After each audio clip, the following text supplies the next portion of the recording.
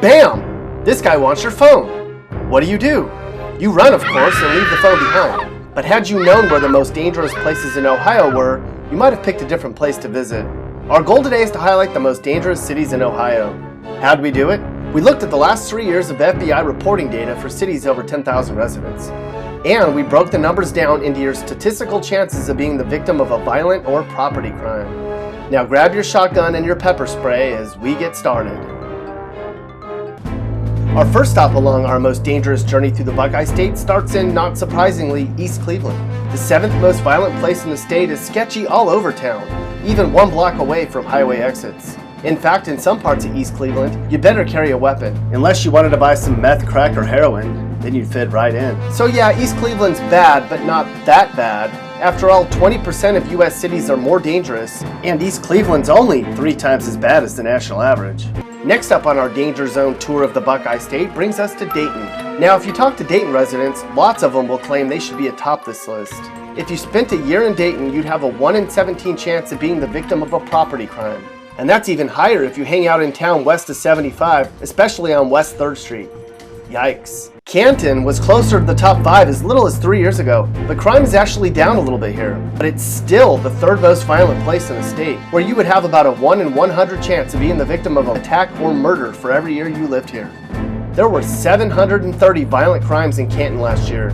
For perspective, Cleveland suburb Brecksville has about 1/6 the population Canton does, and they had 0 violent crimes last year. Mansfield, Ohio might not be as violent as Canton, but this Richfield County city that's halfway between Columbus and Cleveland is in the top 5 for robberies every year. Just look at the Mansfield police blotter. The thing is filled with every juicy detail that has anything to do with robberies and thefts in town. Cincinnati is Ohio's 3rd largest city, so there's no surprise that this is one of the most dangerous places in the state. Cincinnati saw 60 murders and nearly 3,000 violent crimes last year. These places in light blue and white are really bad areas. Only 3% of all cities in the nation are safer than Cincinnati, and it's about 4 times more dangerous than the average American city.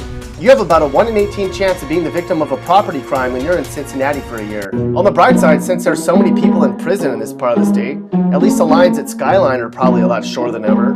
Continuing our dangerous look at Ohio, we come to Whitehall, an eastern Columbus suburb. Crime is really bad here, especially at the Commons at Royal Landing apartment complex. You have about a 1 in 16 chance of being the victim of some type of crime in Whitehall. The good news? Whitehall just brought in a new police chief, and the citizens here are banding together to find an end to the crime, so at least things might start to improve here. Smack dab in the middle of Cincinnati and Dayton is Middletown. This medium-sized city may not be as notoriously violent as other cities in Ohio, but when you look at the numbers, it's clear this place needs some tough love. Middletown only saw 2 murders, which is far less than Cleveland, but the stats say that only 1% of other cities in the nation are more dangerous than Middletown. Gonna take a highway to the danger zone. Welcome to Toledo, the 3rd most dangerous place in the state of Ohio. What makes T-Town such an unsafe place to live? Toledo is the 2nd most violent place in the entire state statistically.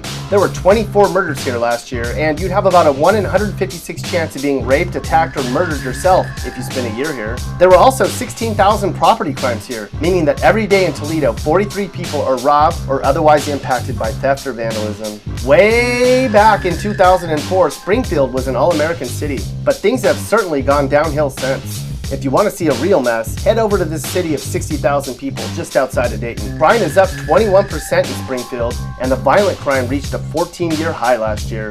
Folks have about a 1 in 13 chance of being the victim of a property crime. In comparison, in places like Upper Arlington, the chance of being the victim is 6 times less likely. Upper Arlington. Cleveland was the murder capital of Ohio last year, with a grand total of 120 deaths. And that doesn't even include killings that were deemed in self-defense, or killings by the police department. It was the worst year in a decade for this city that had made some strides to curb all the senseless killings. And things are on pace this year to get close to that number again, so they're in for another long year.